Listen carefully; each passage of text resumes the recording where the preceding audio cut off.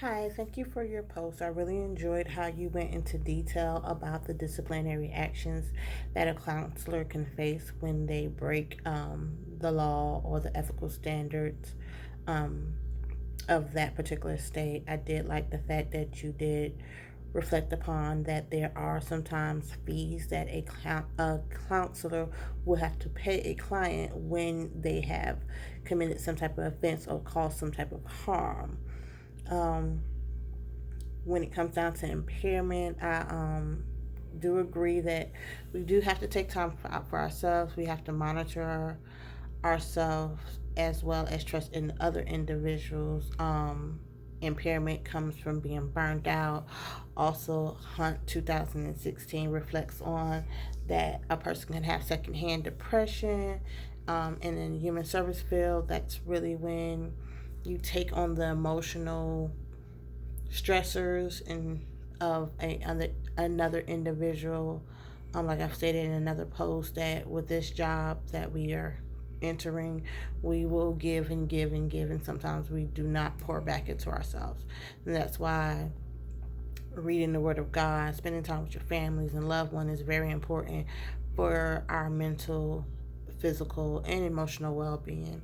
To answer your question, I think it really depends on the relationship that you have with that individual.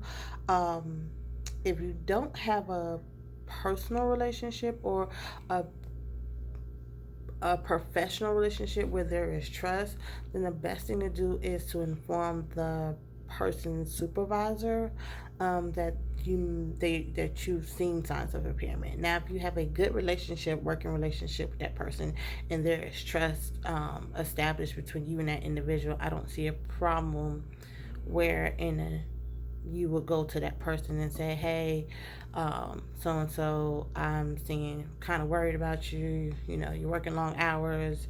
I don't want you to get burned out. I think it's all about the relationship. Just like in the counseling, we have to build that rapport, that bond between counselor and client.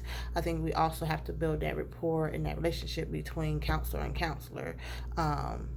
Because I would question if a person that I don't know, who doesn't understand my work practice or my ethical standards or how I function, coming to me and say that, oh, I think you may be getting overwhelmed. Like, I'm a type of person that I work better under pressure, not always, but most of the time. Like, I work very well under pressure, so I can probably handle a little bit more than another individual. So like I said, I think it depends on your working relationship with that individual. And if you do not have a working relationship with that individual, then I think you should notify their supervisor if you have concerns about if they're going to be burnt out, if you've seen signs of emotional or physical stress, or if you just have any overall concern about their well being.